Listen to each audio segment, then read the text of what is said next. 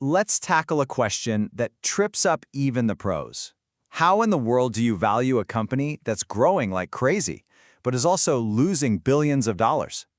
Today, we're unlocking the professional playbook. So here's the big puzzle, right? You've got a company with sales that are just exploding, going through the roof. But at the same time, its losses are also huge. So what's it worth? This isn't some trick question. It's the reality for some of the biggest, most exciting tech companies out there. Just look at Swiggy, for instance. In a single year, they brought in more than 11,000 crores in revenue.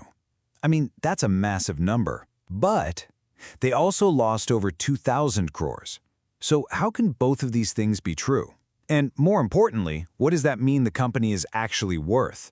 That's the paradox we're going to solve. Okay, so to get our heads around this, we first need to realize why the usual tools that investors use, well, they just don't work here.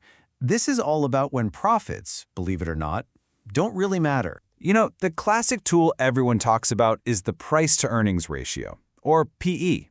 But here's the problem. When your earnings are negative, when you're losing money, the whole calculation just falls apart. The PE ratio becomes totally meaningless. For a company like Swiggy that's pouring every rupee into growth, the PE ratio tells you absolutely nothing. So if the old playbook is out the window, what do the pros pull out?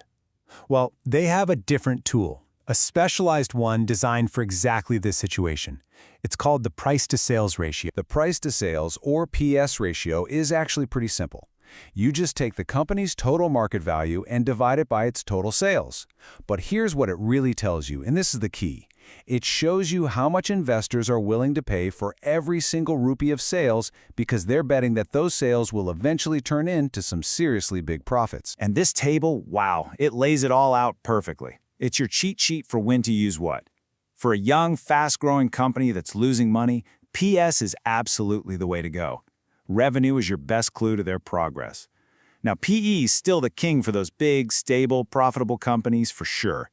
But for the innovators we're talking about today, PS is the weapon of choice. Okay, theory time is over.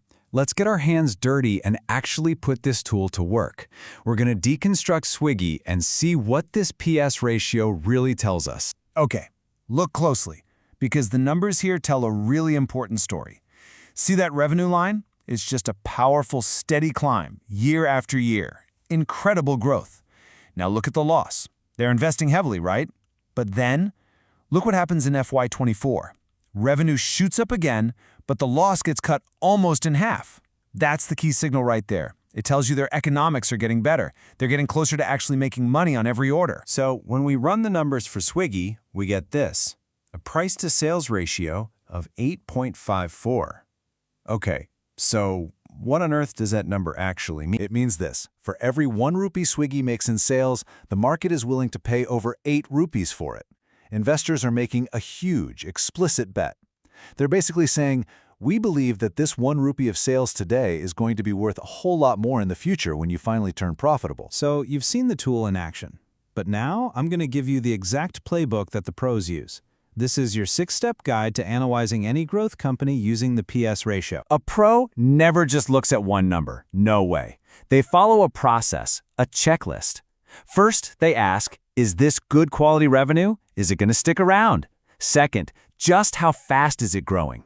Third, how does this company stack up against its direct competitors? And here's the big one. Fourth, is there a believable plan to actually make money someday? Then, and only then, do they look at different scenarios and build in a cushion for all the things that could go wrong. But hold on. Before we jump to any conclusions, we have to talk about the landmines.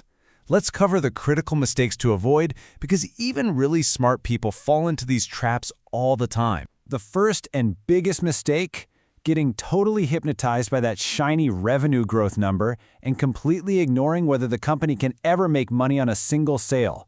It's like filling a bucket with a massive hole in it. Sure, a lot of water is going in, but it's all leaking out. Mistake number 2 is a classic case of using the wrong tool for the job. You wouldn't use a hammer to turn a screw, right? Well, using the PS ratio on a big, stable, profitable company is the same thing.